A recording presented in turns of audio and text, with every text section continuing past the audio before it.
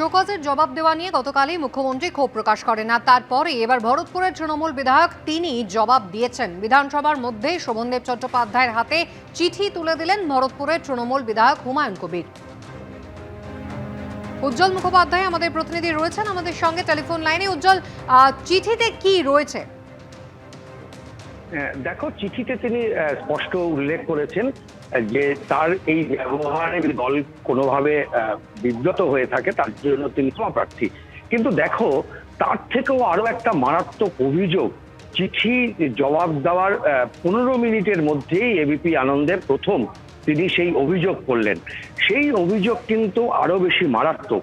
তিনি অভিযোগ করলেন যে কিছুদিন আগে তৃণমূল কংগ্রেসের সাংসদ, যাকে সদ্য কার্যনির্বাহী কমিটিতেও নিয়েছে তৃণমূল কংগ্রেস, সেই কল্যাণ বন্দ্যোপাধ্যায় তৃণমূল ছাত্র পরিষদের যিনি সভাপতি তৃণাঙ্কুর ভট্টাচার্যের বিরুদ্ধে প্রকাশ্যে মুখ খুলেছিলেন।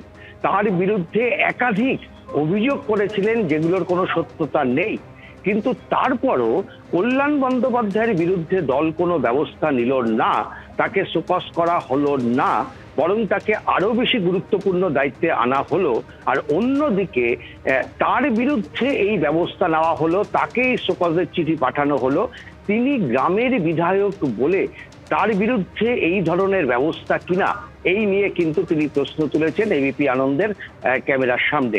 তিনি বলেছেন যে তিনি চিঠির যথাযোগ্য উত্তর দিয়েছেন। তিনি বলেছেন যে তার বিরুদ্ধে যা যা অভিযোগ আছে তাতে যদি দল কোনো রকম বেকায়দায় পড়েন, তার জন্য তিনি অনুতপ্ত, তার জন্য তিনি দুঃখিত।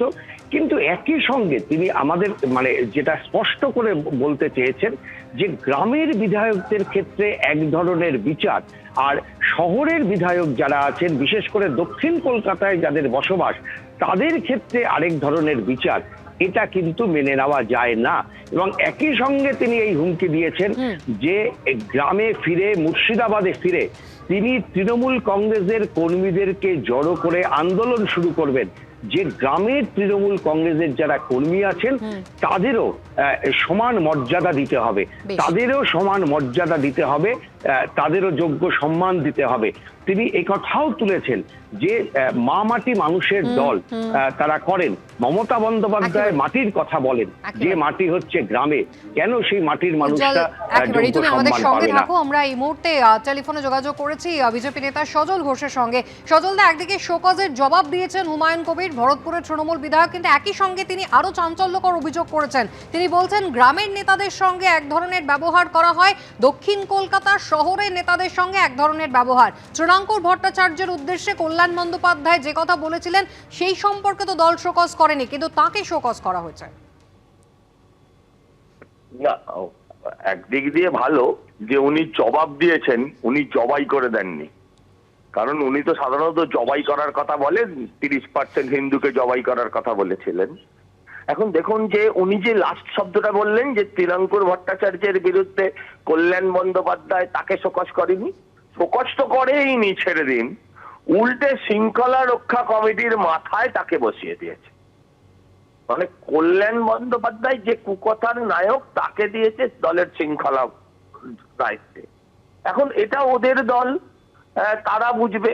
এখন চোরেদের দলে চোরেরাই দায়িত্বে থাকবে এইসব কাজের, দুর্নীতিগ্রস্তদের দলে দুর্নীতিগ্রস্তরাই থাকবে, এ নিয়ে আমার কি বলার আছে। কিন্তু এটা ঠিক বলেছেন যে গ্রামের নেতার সাথে একরকম ব্যবহার হয়, আর দক্ষিণ কলকাতার পাঞ্জাবি পাইজামা সর্বস্ব মন্ত্রী, নেতাও নয় শুধু মন্ত্রীদের সাথে আরেক রকম ব্যবহার হয়। এই ঘটনাটা একদম সত্যি। কিন্তু আফটার অল এটা পড়শির ব্যাপার, প্রতিবেশীর ব্যাপার। প্রতিবেশীর ঘরে কি হচ্ছে না হচ্ছে তাই নিয়ে আমরা ইন্টারেস্টেড নয়। আমরা ইন্টারেস্টেড মানুষ দিয়ে পাচ্ছে কিনা, আমরা ইন্টারেস্টেড যে চাকরি প্রার্থীরা আন্দোলন করছে তাদের কি হবে, অভয়ার প্রমাণ যারা লোপাট করেছে তাদেরকে সরকার কতটা বাঁচাতে চাইলো, কতটা সফল হলো, কতটা ব্যর্থ হলো, আমরা এই নিয়ে ইন্টারেস্টেড। প্রতিদিন নারী নির্যাতন চলছে, আমরা সেই নারী নির্যাতন কবে বন্ধ হবে, ওপার বাংলায় বাংলাদেশে হিন্দুদের ওপর আক্রমণ চলছে, সেই আক্রমণ কবে বন্ধ হবে, সেই নিয়ে আমার সরকার কি বলবে, সেই নিয়ে মুখ্যমন্ত্রী কতক্ষণ চুপ করে থাকবে, এইগুলো নিয়ে আমরা ইন্টারেস্টেড। ওই বিধায়ক ও মাল কখনো মমতাকে গালি দেয়, কখনো অন্যদের গালি দেয়, ওর কথায় আমাদের কি যায় আছে, সমাজের কি যায় আছে, রাজনীতির কি যায় আছে, আপনি আমায় বলুন। সজলদা, ধন্যবাদ।